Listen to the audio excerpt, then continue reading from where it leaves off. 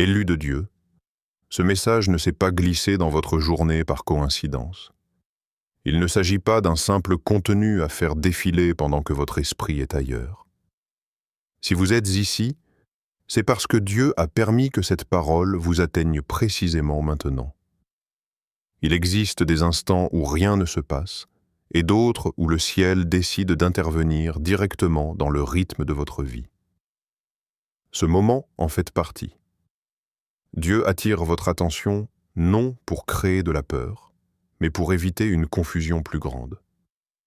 Ce que vous allez entendre touche à vos choix, à votre orientation intérieure, et à ce que vous portez depuis longtemps sans toujours le comprendre. Ne repoussez pas cette écoute. Ne la rangez pas dans la catégorie des choses à faire plus tard. Si quelque chose résonne en vous pendant ces paroles, ce n'est pas une émotion passagère. C'est un signal spirituel que Dieu utilise pour se faire entendre maintenant. Ce message n'a jamais été conçu pour toucher une foule indistincte. Il s'adresse à ceux qui, depuis longtemps, sentent que leur parcours ne correspond pas aux schémas habituels. Vous avez souvent eu l'impression d'avancer différemment, de penser autrement, sans toujours pouvoir expliquer pourquoi. Dieu vous parle parce que quelque chose s'accélère dans le domaine invisible, bien avant de devenir visible dans votre quotidien. Des choix se forment, parfois inconsciemment. Des directions se dessinent à travers vos pensées, vos hésitations, vos décisions répétées. Le ciel intervient avant que ces orientations ne deviennent permanentes. Ce message agit comme un point d'arrêt volontaire, une alerte spirituelle. Ce que vous déciderez d'en faire influencera directement votre capacité à discerner clairement la suite. Ignorer cette parole nourrit la confusion, mais l'accueillir ouvre un espace de lucidité intérieure où Dieu peut réaligner ce qui s'est progressivement déplacé sans que vous ne vous en rendiez compte. Depuis aussi loin que vous puissiez vous souvenir, quelque chose en vous a toujours fonctionné autrement. Pas dans un esprit de comparaison ou de supériorité, mais dans une manière distincte de percevoir, de ressentir et de réagir. Vous analysez les situations plus en profondeur. Vous captez des détails que d'autres ne remarquent pas. Les émotions ne vous traversent pas légèrement, elles laissent des traces. Très tôt, la vie vous a exposé à des responsabilités intérieures que vous n'aviez pas demandées. Là où d'autres avançaient sans trop réfléchir, vous portiez déjà des questions lourdes. Cet appel diffus, parfois dérangeant, n'a pas toujours eu de mots clairs. Pourtant, il était là, constant. Cette impression d'être à part n'est ni une anomalie ni une faiblesse de caractère. Elle indique simplement que votre fonctionnement intérieur répond à une logique différente, façonnée pour autre chose que le parcours ordinaire. L'Écriture rappelle que l'appel est large, mais que le choix est précis. Être choisi ne signifie jamais vivre une vie protégée de toute difficulté. Cela signifie porter quelque chose que Dieu juge suffisamment important pour être confié à quelqu'un de préparé. Dieu ne place pas une responsabilité spirituelle entre des mains non formées. Lorsqu'il choisit, il observe la capacité à résister, à apprendre, à rester debout quand les réponses tardent. C'est pour cela que votre parcours a souvent semblé plus exigeant que celui des autres.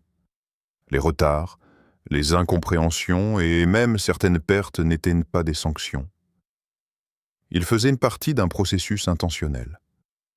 Là où vous pensiez être freiné, Dieu travaillait votre stabilité intérieure. Là où vous ressentiez l'injustice, il développait une profondeur que les chemins faciles ne produisent jamais. Les saisons qui vous ont laissé sans réponse n'étaient pas vides de sens. Même lorsque vous ne compreniez pas ce que Dieu faisait, quelque chose se construisait à l'intérieur. Les moments de rejet ont affiné votre capacité à discerner les intentions, les paroles et les cœurs. Les délais, souvent difficiles à accepter, ont appris à votre foi à tenir sans soutien visible. Rien de tout cela n'était inutile. Ce qui vous paraissait injuste servait à renforcer une structure intérieure durable. Dieu ne construit jamais sur des fondations instables, car ce qu'il prépare doit tenir sous le poids de l'impact futur. La pression que vous avez ressentie n'était pas excessive, elle était ajustée. Elle correspondait à ce que vous êtes appelé à porter plus tard. Sans cette pression, certaines capacités seraient restées latentes, incapables de soutenir ce que Dieu prévoit de confier à votre vie. Lorsqu'une interruption survient, la première réaction est souvent de penser que quelque chose a été brisé ou perdu. Pourtant, quand Dieu intervient, ce n'est jamais pour détruire ce qu'il a lui-même initié. Il interrompt pour rediriger avant que l'élan ne vous entraîne vers une direction limitée. Ce regard posé sur toi a modifié la manière dont ton nom circule, dont ta présence s'est perçue, dont ton influence est ressentie. Tu ne savais pas que tu étais évalué. La personne en face de toi n'a rien montré de ce qu'elle représentait réellement. Ce n'était pas un oubli, c'était un choix. Car lorsqu'on a beaucoup vu, beaucoup entendu, beaucoup donné, on apprend à masquer l'importance pour discerner la vérité des cœurs. Ce test est simple en apparence, mais beaucoup y échouent. Dès qu'ils pensent n'avoir rien à gagner, leur attitude change.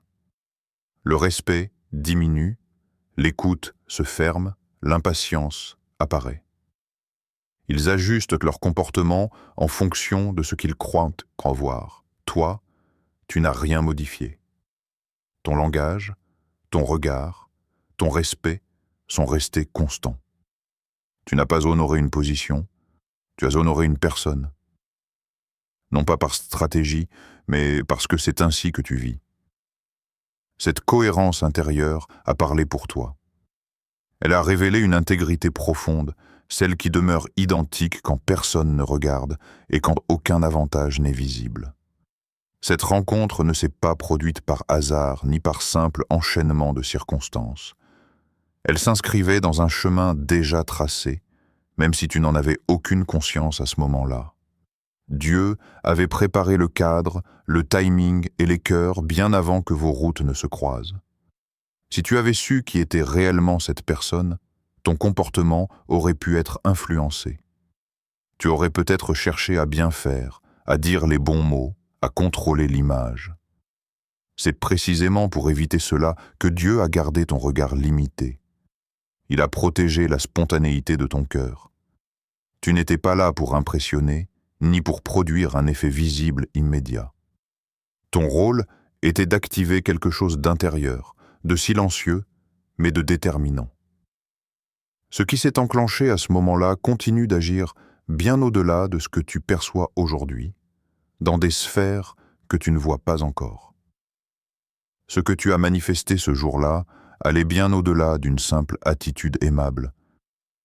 Ce n'était pas de la politesse, ni un réflexe social.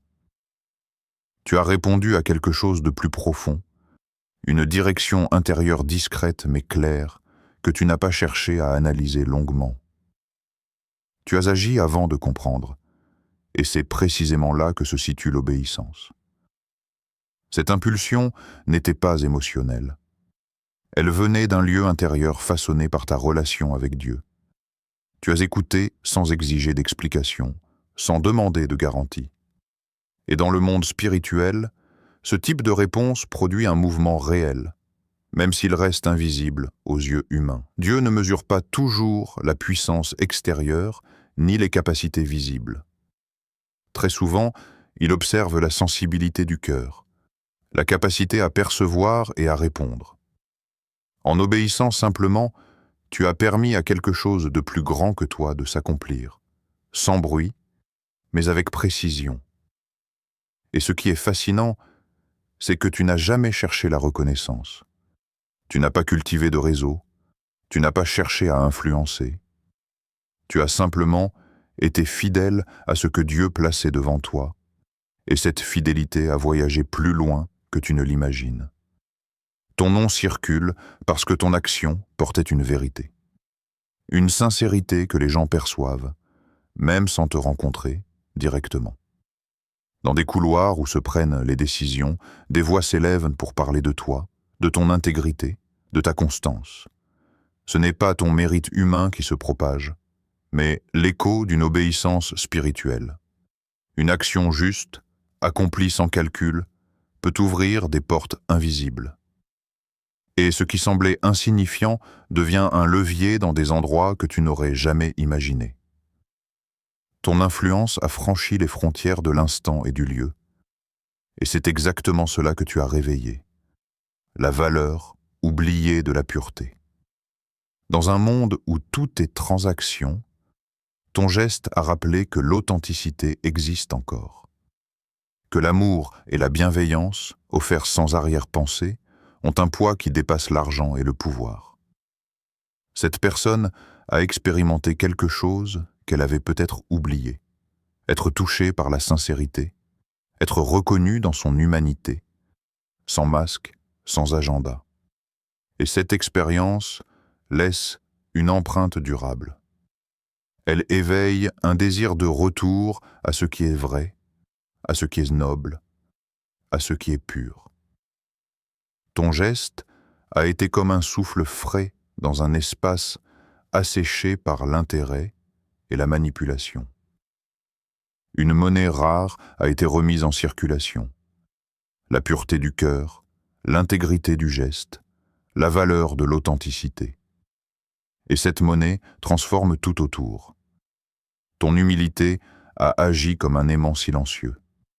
Là où d'autres imposent, tu as simplement existé avec intégrité et cohérence. Et ce simple fait a désarmé ce qui était armé contre toi ou autour de toi. Les jugements, les méfiances, l'orgueil latent. Dans la rencontre avec l'autre, ton silence respectueux a été plus puissant que 1000 paroles. Ton regard attentif et ton écoute sincère ont créé un espace où l'ego n'a plus trouvé sa place. Les murs intérieurs se sont adoucis, les défenses se sont abaissées. Et là où certains cherchent à prouver leur valeur, toi tu as démontré la force du cœur. Sans compétition, sans calcul. La vraie autorité spirituelle ne se crie pas, elle se vit. Et par ta simple posture, l'orgueil a reculé, laissant place à la reconnaissance du vrai, du noble et de l'authentique.